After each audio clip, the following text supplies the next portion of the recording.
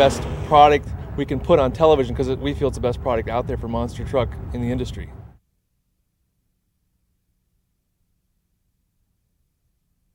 Well, my role is pretty simple. I get to just call the action, and the main thing is to, try to add a little bit to what the viewer may not be seeing, and certainly to make sure they understand the storylines and set up who's racing who, what's important as each of these races come about. There's just so much involved in these races now, and so much effort so many times in getting there, and the level, because of things like Las Vegas, the reward now is so high. The bar has been raised so high.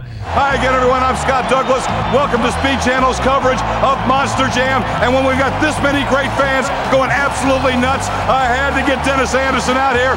It was pretty cool to get the opportunity to be color commentator on these shows and maybe bring a few stats to the show as well and keep up with some of the numbers from some of the guys, because it's really pretty cool stuff, and it's never really been approached in monster truck racing, at least from my angle. So it's fresh, it's a different perspective, and I really enjoy the freedom of just being able to watch the trucks and talk about what they're doing. Wait, he's going for a double.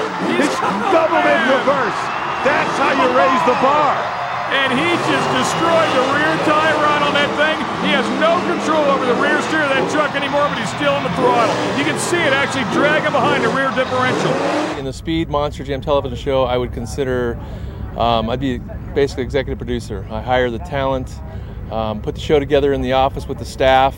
Krista Speller, I would consider her to be the on-site producer. And Darren Lilke, actually, he would be considered producer/editor as well. Having a good relationship with the drivers is really key for us. They allow us to climb all over their trucks, put the armboards on. They trust us. It's a real trust factor. If we're on the track and they just rolled over, we're usually the first to the scene, so to speak, with the operations guys. So they turn around, they see a familiar face, which is very helpful. Not only are they concerned about getting the interview for the fan, but they're concerned about the truck as well.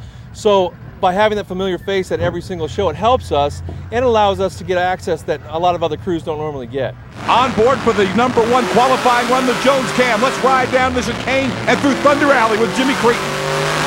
The way we put them on, we've devised kind of a system to put them on. I mean, they're pretty high dollar, and so we have to make sure they're protected. So we built a little thing out of PVC, which we have them under the cab, in the cab, and sometimes looking out or looking forward. And it gives the fan a different type of POV or point of view perspective of the actual race. I mean, you can see the cameras going left to right and jumping with the regular cameras, but we like to go on board and give the fan the driver's perspective of what they're actually seeing and feeling. And you can kind of see them in there driving, or you see the suspension working or the brakes light up.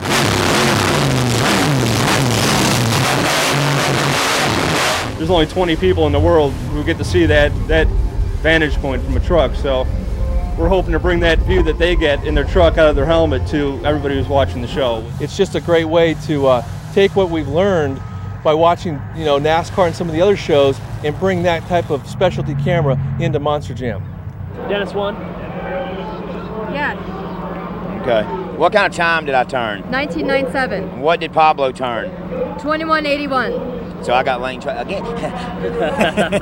Basically what I do is I come in usually on a Thursday and I attend the building meeting to meet with all of the video staff that's there, make sure our camera placements are good. From there I go on to banner placements and camera placements as far as what signage we're getting. And then once the event starts, it's utter chaos. And I work with the drivers as far as getting interviews, behind the scenes footage, thrashing. Basically trying to approach somebody when I know they're thrashing, you just have to do it. They understand it's my job, and if they deny me, they deny me. But if I sit back and if I'm timid, I'm not going to get anything. So I've learned that you have to jump in there, and if you don't do it, you're not going to get anything. And either they say yes or they say no. It just depends on how they're feeling at that moment. The communication at all times with our tech staff, our officials that are on the floor. I also attend all of our tech schools that we have to understand safety. It's just basically paying attention. The minute that you're in trouble is when you stop paying attention. I'm the editor of the show, so Monday morning after the show happens over the previous weekend, I get anywhere from 30 to 45 hours of film back from the show, and I cut that down into 2 one-hour shows, a racing show and a freestyle show. I work with a couple of animators and graphics people, and we spend a lot of time coming up with the look for the show, the animations, the graphics, the headshots, all the cool stuff we see. My name is John DiFranzo. I am the graphic artist and animator for the Monster Jam television show. Every season, myself and the editor, we come up with new graphical looks for the show. And here's just a little example of something that we're coming up with for next year. Basically, the process is myself and the editor will sit down and we'll come up with an idea. And then in 3D, I will start modeling different types of interfaces, animations, any types of graphics or animations in the show. I'll model in 3D. So here's just an example. With Dennis's name, we're coming up with a new look to introduce the monster truck drivers. So then what I'll do is I'll take these things that I create, these three-dimensional objects, I'll animate them in my animation program, and then add sound effects, take footage from the editor, and then put it all together.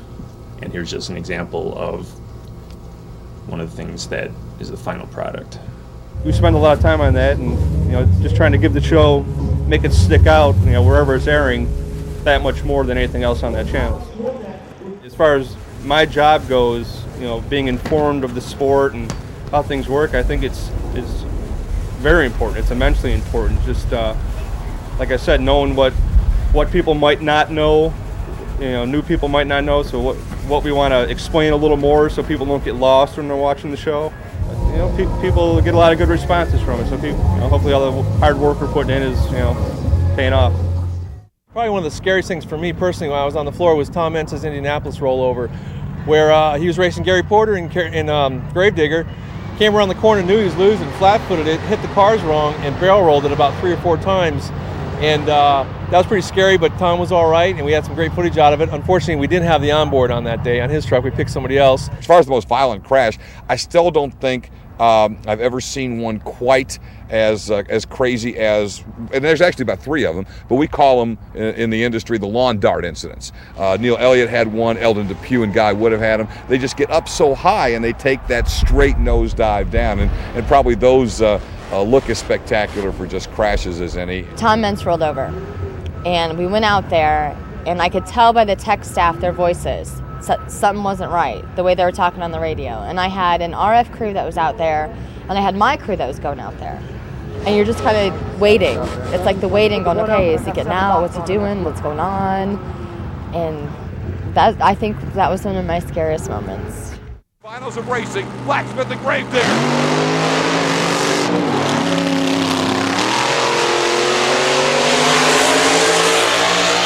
Anderson by about a half a truck length, but Blacksmith is not backing off. Pablo's hard into the turn. Here comes Dennis. They come to the line.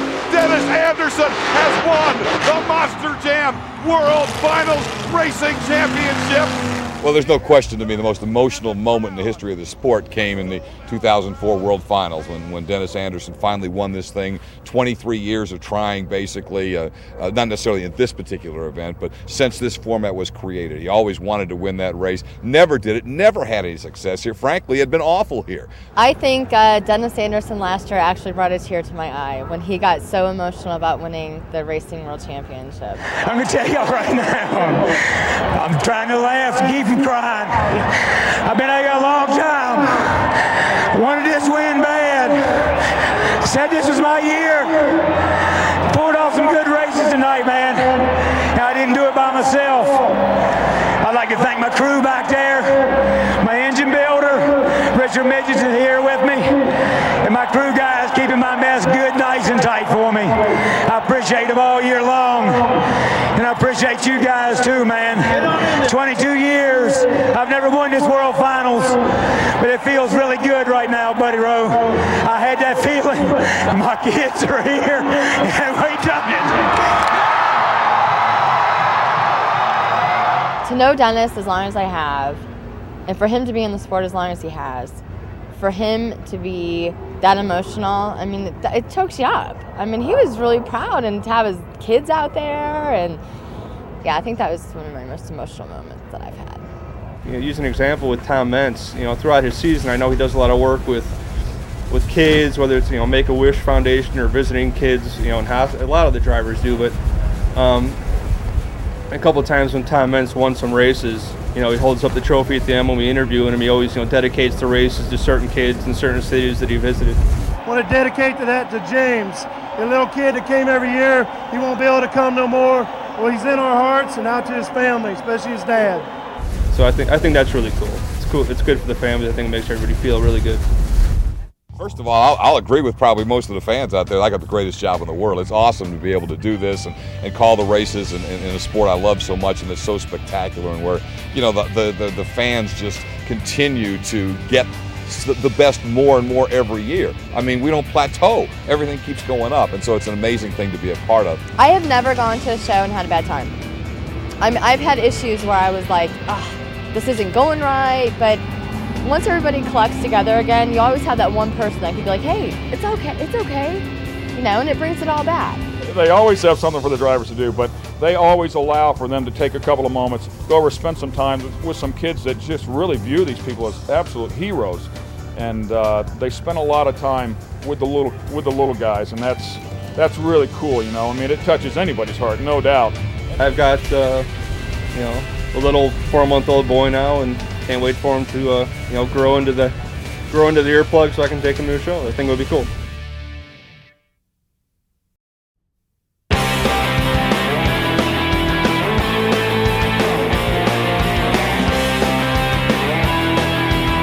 My favorite food would be seafood. Seafood. Turkey.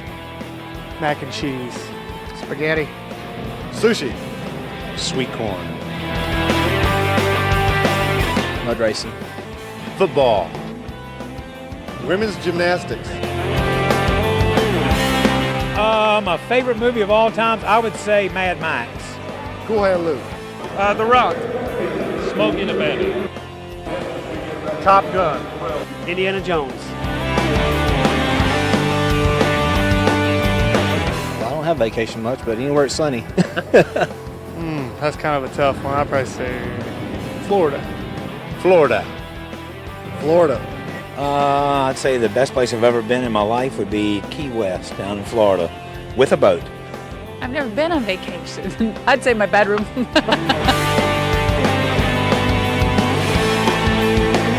Don't have one. Kurt Hennig. Goldberg. Japanese wrestler Chigusa Nagoya. Sure ain't Medusa. Favorite band, Kid Rock. Kiss. I don't know. A long time ago, it was Kiss was my favorite deal. Yeah, that's when I was being wild and crazy growing up. Guns N' Roses. I'm an old timer. I'm gonna have to go with Boston. Metallica. Motley Crue. Saw 'em in concert. Cool. I can't even remember who was back in the 80s. Rat. AC/DC. Bon Jovi. Oh my God, anything with long hair and those tight jeans.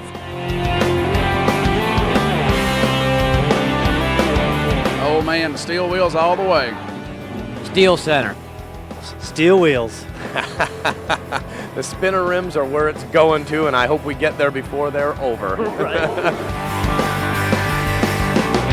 Blondes are always a whole lot more fun. Definitely blonde. Blondes. Most definitely brunettes.